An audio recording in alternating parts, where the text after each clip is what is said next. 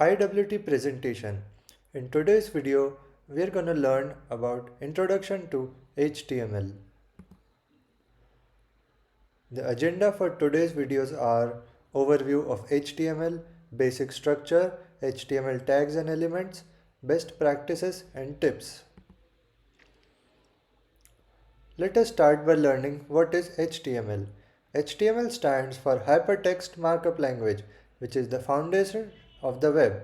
It's a markup language that defines the structure and content of web pages. HTML is used to define elements like headings, paragraphs, and images, which are then rendered by web browsers into the web pages that we see. Here, we can see an example of a basic HTML code. Now, let us see what a basic structure of an HTML looks like. A basic HTML consists of two sections, the head part and the body part.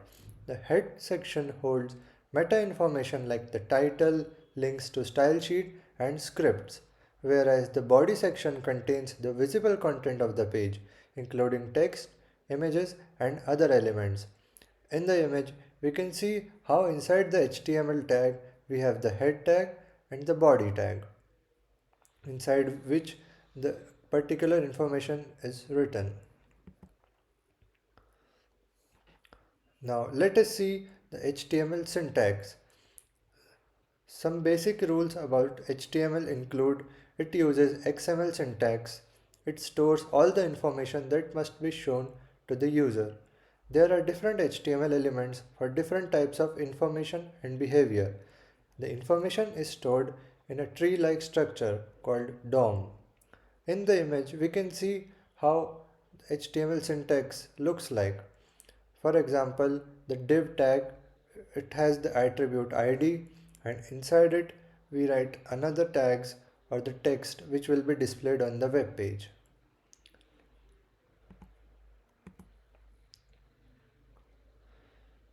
HTML tags or elements.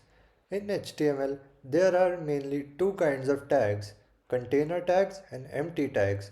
Container tags are also known as pair tags, whereas empty tags consists of only a single tag. For an example of container tag, there is a heading and a paragraph tag, whereas in empty tag we have a link and image.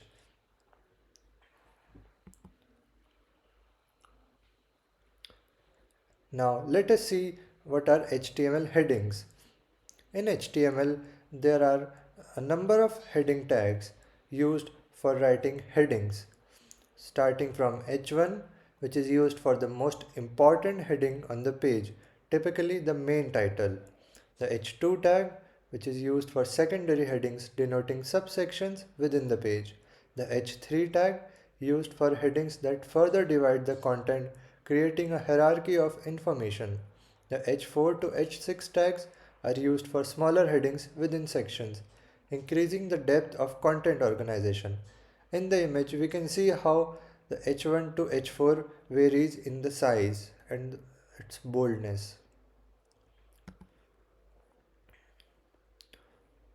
HTML paragraphs. HTML paragraphs helps organize text into readable blocks, improving user experience. Paragraphs automatically add line breaks between them, enhancing readability. Paragraphs include top and bottom spacing, visually separating content. Some mainly used tags inside the HTML paragraphs are div, which is a container, image, which consists of image, a tag, which is a clickable link to go to another URL, p tag or a text paragraph, the h tag, which is used for headings, input tag, style and link tag, script tag, and span tag.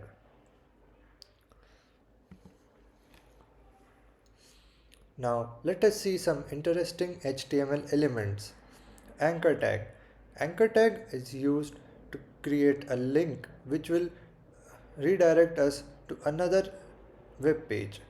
For an example, let us see on the image given.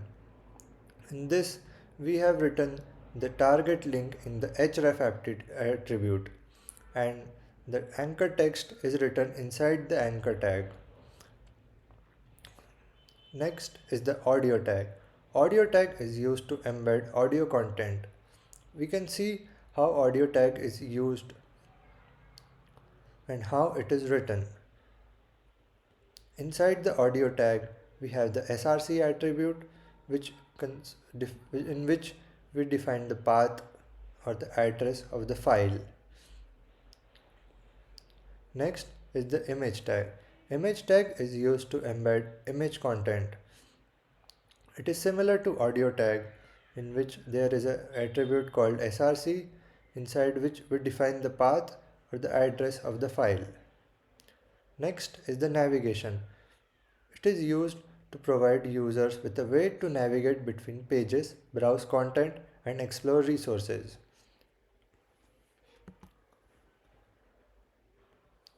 Next are the HTML lists. In HTML, there are mainly two kinds of list: ordered list and unordered list.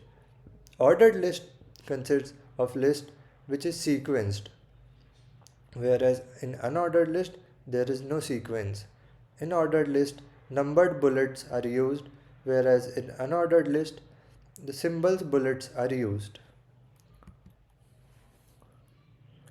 Let us see a small example of an ordered list and how to implement it. For implementing ordered list, we use the OL tag, and inside it we use the LI tag for each particular element of a list.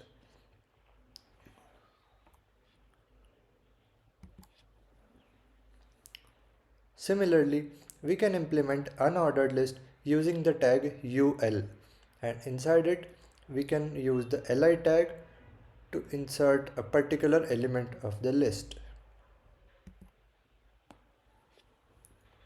Next are the HTML tables. HTML tables are used for various purposes on the web page.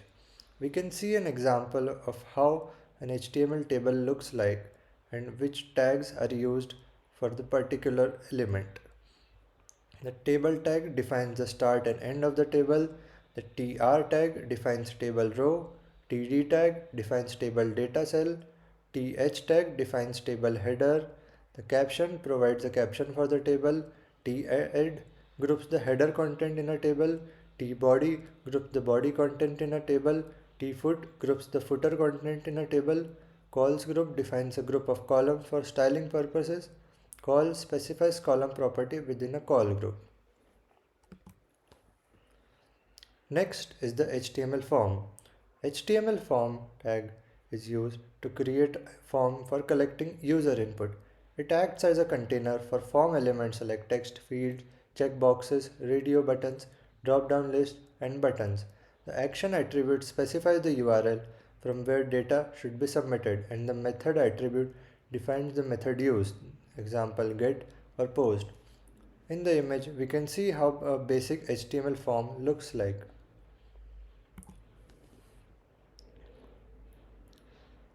Let us see how to implement a basic HTML form. We write the form attribute tag, and inside it we write the action attribute and the method attribute. The action attribute consists of the web page which is the target HTML page, and in method we write the get or post according to the requirement. Inside the form tag we mention all the inputs and tags and the input buttons that are required. There are a number of tags which are used inside a form. For example, input tag, label tag, text area, select, option, opt group, button, field set, legend, data list, etc.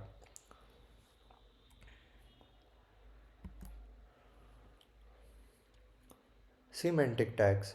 Semantic tags in HTML provide meaning and structure to web pages, helping browsers and developers understand the content more effectively.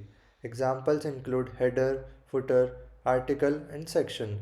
They improve accessibility for screen readers by clearly defining the purpose of each section of content.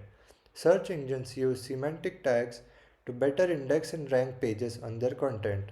These tags promote clean, organized code making it easier to maintain and debug.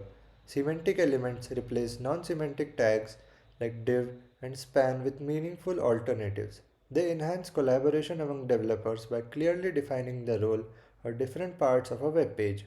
Using semantic tags is the best practice in modern web development, aligning with HTML5 standards.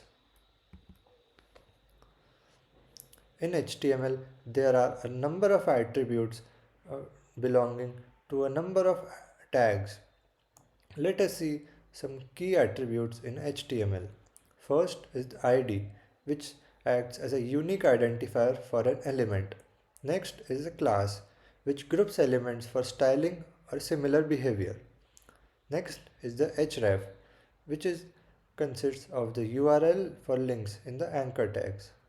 Next is the src, which consists of the source URL for images or medias. Next is the alt. It acts as an alternative text for images in case the image failed to load on the web page. The next is the style. And inside the style, we write the inline CSS for styling an element. Next is the name. Name identifies the form elements which is used in the backend, and it is one of the important part of the form. Next is the placeholder. Placeholder consists of the text which is used in the form fields which gets displayed on the web page in the input box. Next is the value. The value attribute is used for form elements which specifies some value by default. Next is the type. The type defines the input element type, for example text, number, password, submit, etc.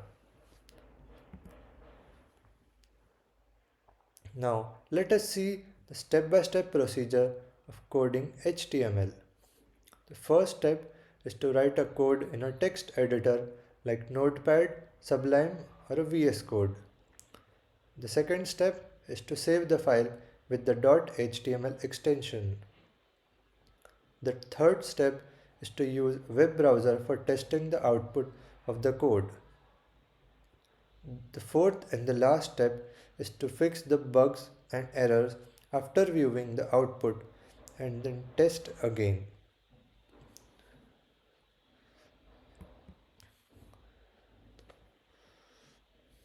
Best practices for writing in HTML. We should try to use more semantic tags. We should validate the code. We should optimize media. We should try to cross browser testing. We should try to use accessible forms.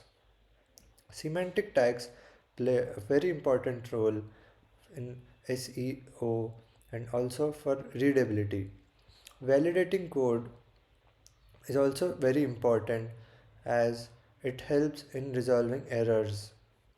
Optimizing media also improves the loading speed of the HTML web pages, which betters the user experience. Cross browser testing is also very important because different browser has different behaviors. So testing in different browser becomes very important. Accessible forms. We should try to make forms accessible for all type of users. Last but not least, learning HTML is like learning the alphabet before you write your first novel. Thank you. Thanks for watching this video.